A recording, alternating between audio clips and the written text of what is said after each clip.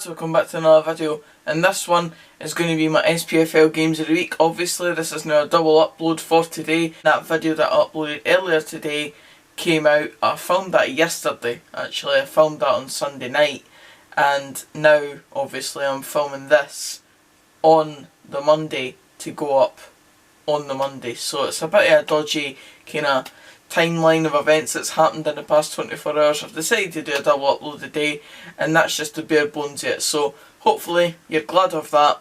And here is my SPFL Games of the Week, starting of course with the Scottish Premiership. So really for me there's only going to be one pick this week, and it's Livingston's fantastic result away from home against Ross County. I watched the highlights on Sports Scene last night. I always like to view the highlights of these games that I pick as much as I can, because it gives me a good insight into what the actual full game was like and how the game conspired and performances from each team or both teams. And I think this game was massively in Livingston's favour. Obviously going into it you're probably thinking the exact opposite really, because Ross County have started the season very well. I think when you're going up to Ross County you're expecting a tough game, and certainly tougher than Livingston got it in the first half from Ross County.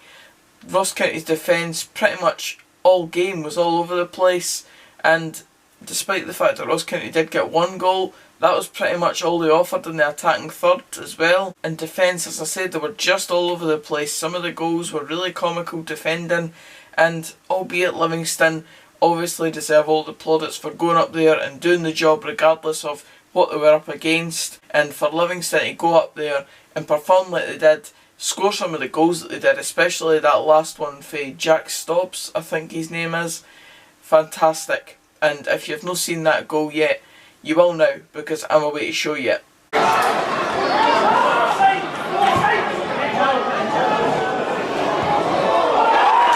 Woohoo! Taking it first time as well. What a technique. And seriously, that just caps off this game. One of the games of the week in the full SPFL for me, considering the result and just everyone's reaction to that type of result. For them to go away in that sort of fashion, it deserves all the plaudits that it's going to get. And it's getting a lot for me, and that's why it's my Scottish Premiership Game of the Week for the game week just past. Now, moving on to the Scottish Championship. I've got to admit the Scottish Championship Games of the Week were a bit difficult this week because there wasn't many goals in any of them. Obviously you could pick one that's a really good result or a dominant performance, like, for example, Arbroath going away to Alloa and winning 1-0, very important result.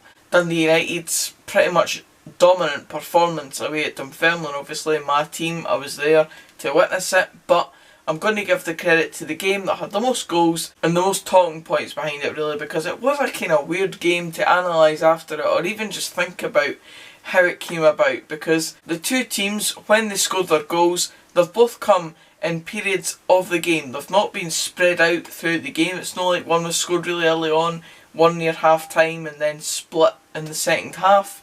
Two Partick Thistle goals were scored within 5 minutes of each other, and then Morton's goals were all within a 10-minute spell in the second half. So the game was flipped on its head in both halves within small periods of the game. So even that in itself is a weird aspect of a game to even look at. And that's why in the last word I said, is it a fantastic comeback for Morton, considering in the game at the time they didn't look like really doing much, or is it Partick being really bad and chucking away a lead which their fans seem very frustrated by, and why wouldn't you be? But I just don't know. I think it's one of those games that I'll just never really be able to get my head around and understand how it all came about. Obviously a big part to play had to be the Partick Thistle defending to let Morton back into the game. Stephen Saunders giving away 2 dodgy free kicks. Got away with the first one when he gave away a dodgy free kick outside the box, and then he did it again about 5 minutes later. And then obviously Scott Fox pretty much letting in that free kick that Nicky Cadden then went on to score to bring Morton back into the game. Then Morton scored again and again. And all the goals weren't really great defending at all. I just don't know what to make of the game. It is my Scottish Championship Game of the Week. I don't know if that's mainly just down to the lack of real oomph in any other results in the league, but it's making it there this week because it had a decent amount of talking points to it. And we move a league further down as we go into the Scottish League 1 now. So I'm going to give credit to a team here that really does deserve my praise, because at the start of the season I've predicted them to go down. They'll be the cannon fodder for the league, and then obviously they lost 6-0 to Falkirk, and I thought that even more. It just reiterated my thoughts.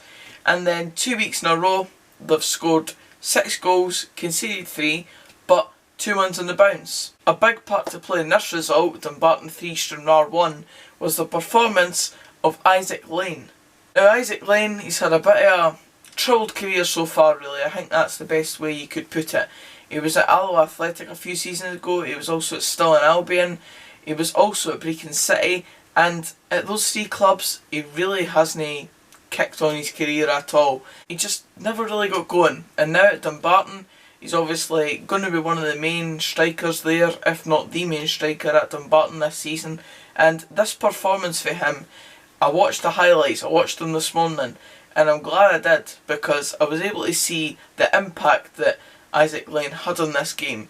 PJ Crossan as well, ex-Dunfermline youngster, got let go for Celtic recently and he's signed with Dumbarton as well.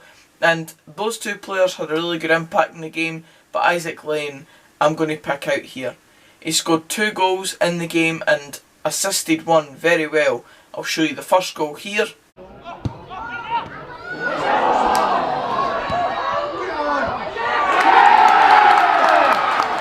And his second goal, which was Dumbarton's 3rd in the game.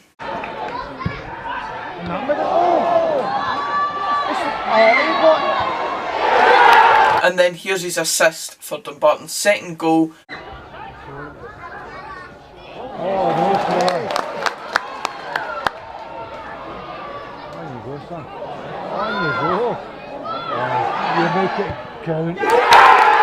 So as you can see by that play, Isaac Lane's probably had one of his best games of his career in this one, especially when you consider the career he's had. It's a surprising thing for me to see. I didn't really think Isaac Lane would have had those type of performances in him, but he's clearly proven that, and for Dumbarton they'll be hoping that he can continue that throughout the season, because for them to have any chance of challenging up towards the promotion playoffs, they're going to need players to perform like that a lot of the weeks out of the season. You've got to give Stranraer their plaudits as well, because they did actually show a lot of fight when it was 1-1, and when the game was 1-1 it did eke out as a 1-1 draw for quite a while, and Stranraer were creating chances.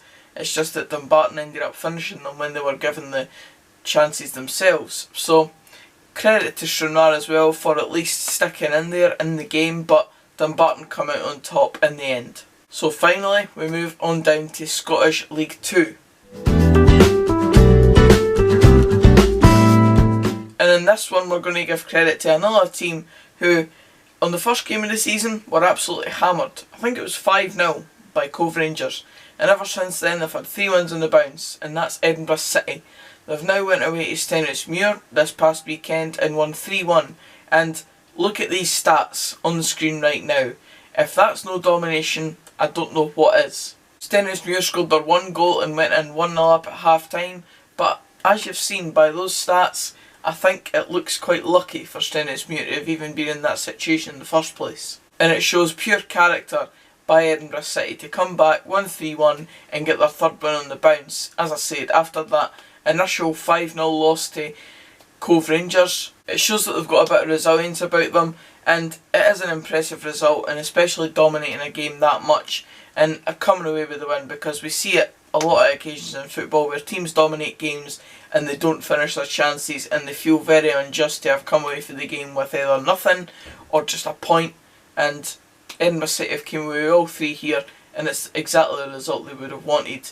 So credit to them. They're now 3 points off top. Obviously Cove Rangers are at the top of the league because they've had 4 wins on the bounce, but Edinburgh City chasing their coattails, and it only takes 1 slip up from Cove Rangers to let Edinburgh City back in, providing they win their game on that occasion, whenever that may be as well.